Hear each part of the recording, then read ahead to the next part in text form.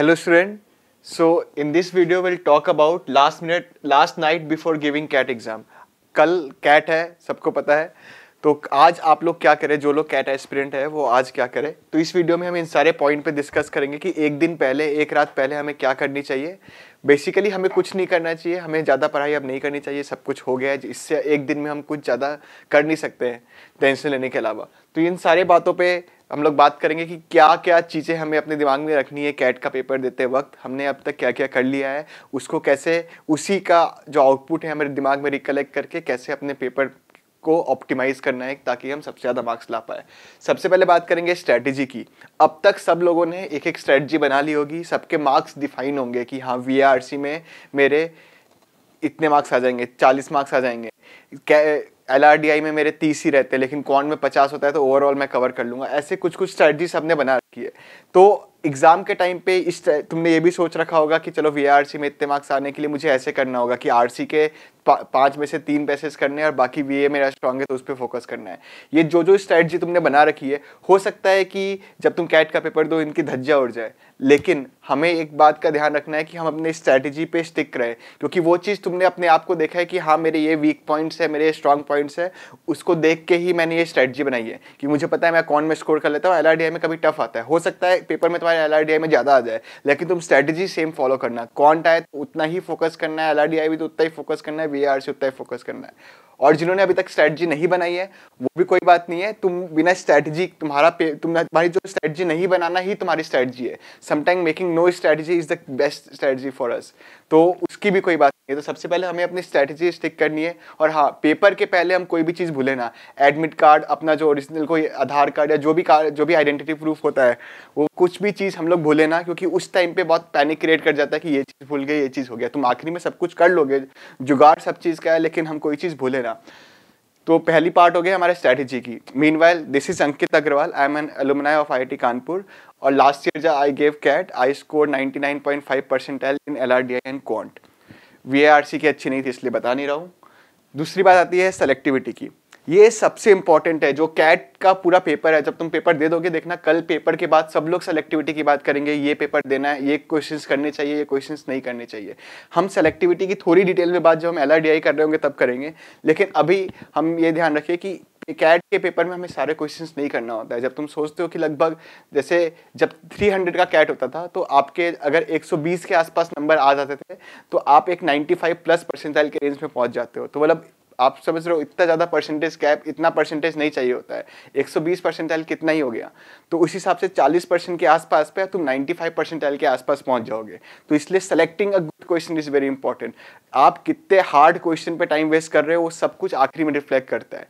तो पूरे कैट के पेपर में अगर देखोगे ना, तो कम से कम अगर अभी 80 क्वेश्चन आ रहे हैं तो उसमें से कम 30 क्वेश्चन होंगे जो कि काफ़ी ईजी के लाइन में होंगे. जो अगर उसको पकड़ लिया तो पूरा काम हो जाएगा. दिक्कत क्या हो जाती है कि अपन टफ क्वेश्चन और बाकी चीज़ों में इतना खो जाते हैं कि वो क्वेश्चन आइडेंटिफाई नहीं कर सकते. तो ऑलवेज ट्राई. VARC से हम स्टार्ट करते हैं, 4 पैसे आता है, एक टफ हो गई, हो सकता है वो टफ तुम्हारी किस्मत खराब हो, तुम्हारा पहला पैसेज ही टफ हो. अब पहला है तो हम पढ़ेंगे, तो इसलिए सारे पैसेज को एक बार रीड करना जरूरी है. लेकिन हमें बहुत जल्दी डिसीजन लेना है. वी हैव टू, इसको छोड़ना है, इसको करना है. जिसको डिसाइड कर लिया फिर उसको करना है. बीच में भी हमें लगा कि नहीं ये भी टफ है तो उसको भी छोड़ दो. क्योंकि अगर तुम्हारा टाइम वेस्ट हो गया है, 5 मिनट तुमने वेस्ट कर दिया है, तो जरूरी नहीं है कि 10 मिनट और वेस्ट करो.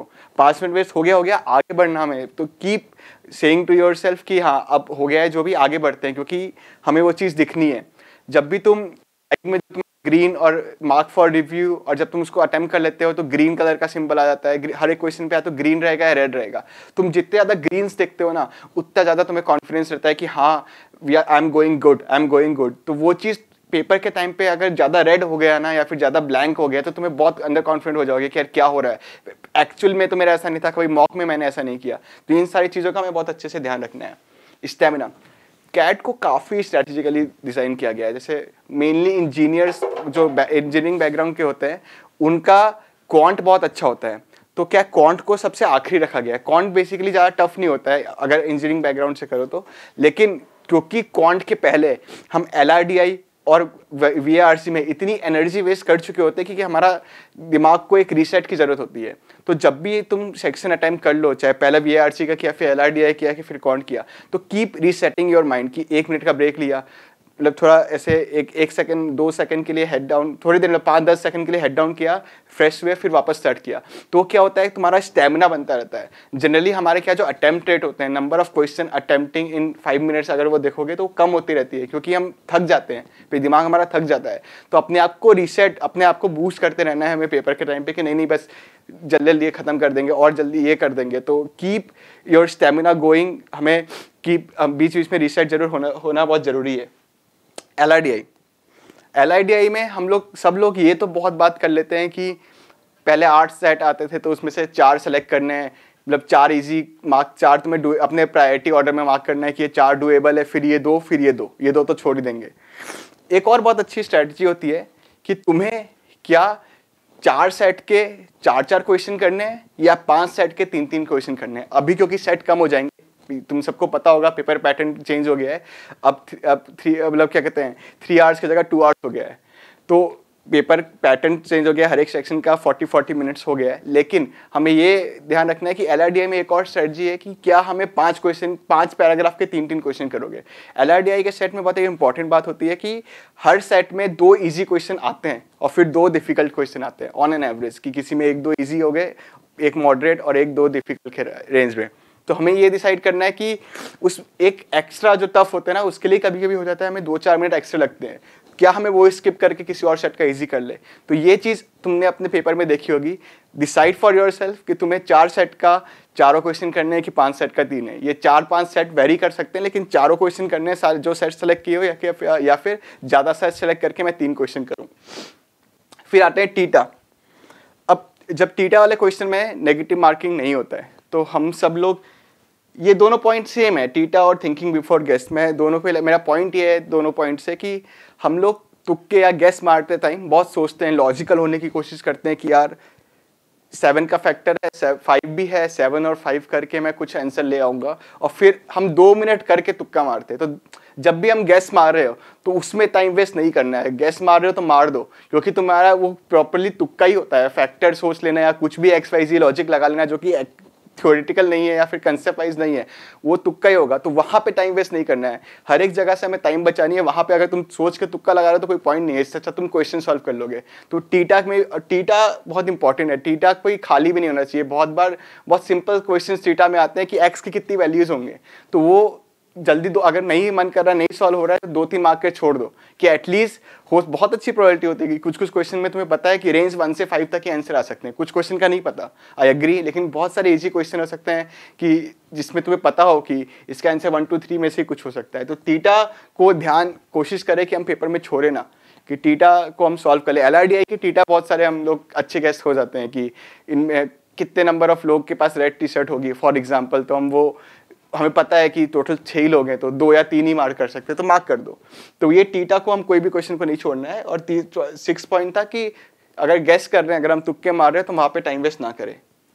7th होता है बी अजाइल। अजाइल क्या है, हम लोग बहुत स्टबर्न होते हैं। हमने क्वेश्चन में टाइम दिया 2 मिनट और हमें लग रहा है कुछ के वजह से आंसर नहीं आया, तो हम उसको करते रहते हैं यार कि 2 मिनट वेस्ट कर दिया। फिर हमने देखा कि 4 मिनट लगा दिया फिर भी आंसर नहीं आया, लेकिन हम उस पर लगे रहेंगे। क्यों? क्योंकि इतना टाइम वेस्ट कर दिया है, तो भी क्वेश्चन सॉल्व नहीं करेंगे तो मेरा सारा टाइम वेस्ट हो जाएगा। जबकि हम ये नहीं समझ रहे हैं कि उसके वजह से अगर मैं 4 मिनट में या 2 मिनट में छोड़ देता तो बाकी का टाइम मेरे लिए बच जाता। तो वो बहुत इंपॉर्टेंट है। एक बार जब हम सॉल्व कर रहे हैं, हमारा जो रफ पेपर होता है बहुत इंपॉर्टेंट होता है। फॉर एग्जाम्पल, जो रफ पेपर है, इसको मैं रफ पेपर मान लेता हूं, तो हम हमेशा ट्राई करें कि रफ पेपर के ऐसे 3 सेगमेंट बना ले। यहाँ पे 1 लिख के प्रॉपर इसको करें, जहाँ पे सॉल्यूशन खत्म हो गया उसको खत्म करते रहे। ऐसे करो, ऐसे हम सेगमेंट बना ले। अब ऐसा क्यों करें? क्योंकि कुछ क्वेश्चन को हम मार्क फॉर रिव्यू का पूरा यूटिलाइज करो। जब तुम मार्क फॉर रिव्यू कर दोगे 5 क्वेश्चन को, फिर दोबारा हो गए तो तुम्हें ढूंढना नहीं पड़ेगा कहाँ मैंने मेहनत की थी। उस मेहनत जहां तक कर ली थी उससे आगे बढ़ोगे। ऐसे क्या होगा कि कहीं नहीं मिलेगा, अगर हौच पौच कुछ यहाँ लिखा, कुछ यहाँ लिखा, कुछ यहाँ लिखा, कुछ यहाँ लिखा, हौच पौच रहेगा, कुछ नहीं कर पाओगे। वापस 5 क्वेश्चन पढ़ के तुम्हें क्वेश्चन याद होगा, लेकिन पूरा कैलकुलेशन वापस करना पड़ेगा। ये सेक्शन से तुम्हें क्या थोड़ा फायदा ये होगा कि तुम्हें जो मेहनत कर चुके हो पहले वो वापस क्लीन रहेगा, वो मेहनत दोबारा नहीं करनी पड़ेगी। तो जो अपने रफ शीट है उसका काफी अच्छे से यूज करो। स्पीड कैट में बहुत इंपॉर्टेंट है। और स्पीड के साथ साथ स्पीड और सेलेक्टिविटी अगर तो दो एस को कंबाइन कर लेते हो ना, तब सबसे अच्छी चीज़ हो जाती है कि इजी क्वेश्चन में जल्दी करें और टफ क्वेश्चन को हम लोग आखिरी में करें। ये सेलेक्टिविटी हो गया, स्पीड हो गया कि हमें देखना है कि हर एक क्वेश्चन में कितना टाइम लगना चाहिए। तुम्हें पता है कि कैट का पेपर मान लो इस बार कितने क्वेश्चन आएंगे, अगर तुम्हें पता होता तो उस क्वेश्चन और नंबर ऑफ टाइम, तो तुम्हें पता है एक क्वेश्चन में हमें लगभग पहले के हिसाब से हमें 2 मिनट के आसपास, 2 मिनट से थोड़ा कभी मिलते हैं। मतलब अगर 100 क्वेश्चन होते हैं हमारे पास 3 घंटे होते हैं तो 1.8 मिनट ऑन एन एवरेज हमें मिलते हैं। अब हमें उसी हिसाब से अपने टाइम को डिफाइन करना होगा कि जो क्वेश्चन हम अटेम्प्ट कर रहे हैं उसमें कितना टाइम दे। अगर हमें मानना है कि हम 60% पेपर ही अटेम्प्ट करेंगे तो तुम्हारा टाइम उतना पर क्वेश्चन बढ़ गया, लेकिन हम हर एक क्वेश्चन में कोई जहाँ अलर्ट आना चाहिए दिमाग में कि 5 मिनट दे दिया तो नहीं, ये अलर्ट है, इसके आगे मुझे रुक जाना चाहिए। फिर ये पेपर के बाद बहुत रियलाइज होता है यार कि उस क्वेश्चन में अगर मैं 15 मिनट उस सेट में, उस क्वेश्चन में या कुछ में अगर मैंने 15 मिनट वेस्ट नहीं किया होता तो आज मैं आप कैट का पेपर अच्छा होता है। या फिर आखिरी के जो 5 क्वेश्चन है बहुत ईजी होते हैं कि जब तुम एनालिसिस देखते हो ना कि कैट एनालिसिस आ रही है और ये LRDI के 3 जो वो थे पैराग्राफ थे वो काफ़ी इजी थे और तुमने पढ़ ही नहीं पाए, तो सबसे ज़्यादा दुख होता है कि फालतू में मैंने टफ करके मैं स्टड नहीं हो गया। यहाँ पे बस मार्क्स ऑप्टिमाइज करना है, कौन सा क्वेश्चन, हर एक क्वेश्चन के इक्वल मार्क्स है। हमेशा अपने आप को बोलते रहना है कि इससे इजी क्वेश्चन आ सकता है, माना ये टफ है मैं ही कर पाऊंगा, ऐसा होगा लगने लगा ये क्वेश्चन तो मैं ही कर सकता हूँ, बहुत आगे निकल जाऊंगा। लेकिन वो तब सोचना चाहिए जब मैंने बाकी सारे इजी क्वेश्चन कर लिए हो। तो ये सारी बातें हमें बहुत अच्छे से ध्यान रखनी है। तो ये मेजर पॉइंट्स थे। इसके अलावा अगर कुछ भी पूछने हैं तो मतलब बेसिक स्ट्रैटेजी जो मैं फॉलो करता हूँ ये है कि स्पेशली क्वांट LRDI में कि एक बार मैं पूरा आगे शुरुआत से लेकर एंड तक चल जाता हूँ। क्वांट के 34 के 34 क्वेश्चन जब मेरे टाइम आते थे तो 34 के 34 में देख लूंगा और उस देखने में मतलब अगर 1 घंटे का क्वांट है तो मैं पहले आधे घंटे में ये कोशिश करूंगा कि 34 क्वेश्चन में से मैं 15 क्वेश्चन कर लूँ और सारे देख लूँ, मतलब जो छोड़ना है छोड़ दूँ। तो मेरे पास 15 क्वेश्चन कर लूँ और उसकी एक्यूरेसी मेरी होनी चाहिए 95% से ज़्यादा कि मैं इजी क्वेश्चन करूँगा एटलीस्ट 15। तो मेरे पास आ गए वहाँ पे 45 नंबर। अब मेरे पास आधा घंटा है, अब उस आधे घंटे में जो मेरे को सेकंड बार में मार्क करना है वो करूंगा, फिर आखिरी हार्ड करूंगा। मार्क फॉर रिव्यू उनको करते जाऊं जिसको सबसे पहले मुझे सेकंड अटेम्प्ट में करना है, और जो तीसरा छूट गया उसको कुछ नहीं, उसको थर्ड अटेम्प्ट में करना है। तो ये बहुत जरूरी है। दूसरा एक जो चीज़ मैंने सीखी है कि कैट बहुत टफ क्वेश्चन नहीं पूछता है, मतलब क्वांट में स्पेशली बहुत टफ क्वेश्चन नहीं पूछता है।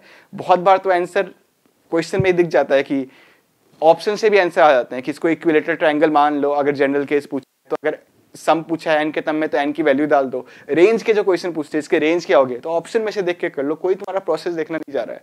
जरूरी है कि हम सही क्वेश्चन जरूर करें। ट्रिक्स जहां तक हम यूज कर सकते हैं सेम LRDI में कि हमने ये माना कि कभी कभी सेट एकदम नहीं चमक रहा है, क्या करूं, तो मैं बोलता हूं कि पहला क्वेश्चन का मैं ए आंसर मान लेता हूं, उस हिसाब से दूसरा क्वेश्चन का क्या होना चाहिए बी वाला तो ऑप्शन ही नहीं है तो चलो ए ऑप्शन कट गया। तो ऐसे भी बहुत करते हैं कि मान लो हमारे पास क्वेश्चन ABCD, तो पहले क्वेश्चन में अगर मैंने बोला कि व्हाइट शर्ट अगर ए बंदा पहनेगा तो मैं बोलूंगा तो फिर ब्लू शर्ट तो मेरा सी होना चाहिए, और उसमें ऑप्शन सी DEFG है तो ए ऑप्शन का ए कट गया। तो ये सारी स्ट्रेटजी से भी तुम बहुत सारी चीजें कर सकते हो जो कि जिसके वजह से तुम एलिमिनेशन रूल से चेंज कर सकते हो।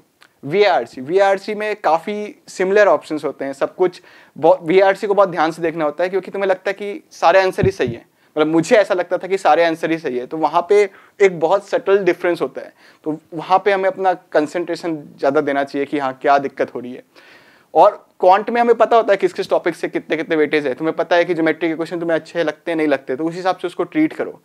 और कभी कभी जितना बड़ा क्वेश्चन होगा, जितने ज़्यादा वो होगा उतना वो क्वेश्चन ईजी होगा। क्यों? क्योंकि अगर छोटा क्वेश्चन है तो वो चाहेगा कि ज़्यादा केसेस बने, अब बड़ा क्वेश्चन है तो पहले डर जाए तो कम केसेस होंगे। तो कभी हमें प्री एजम्पशन नहीं बनाना है कि हाँ बड़ा क्वेश्चन है तो टफ होगा, ये जनरली कैट में होता है। बाकी all the best, I hope तुम सबका पेपर काफ़ी अच्छा जाए। Do let me know in case of any query. Please download our app from Google Play Store. The app name is Preplift CAT. इसमें आपको बहुत सारे मॉक और बाकी चीज़ें मिलेगी, प्रैक्टिस क्वेश्चंस भी मिलेंगे।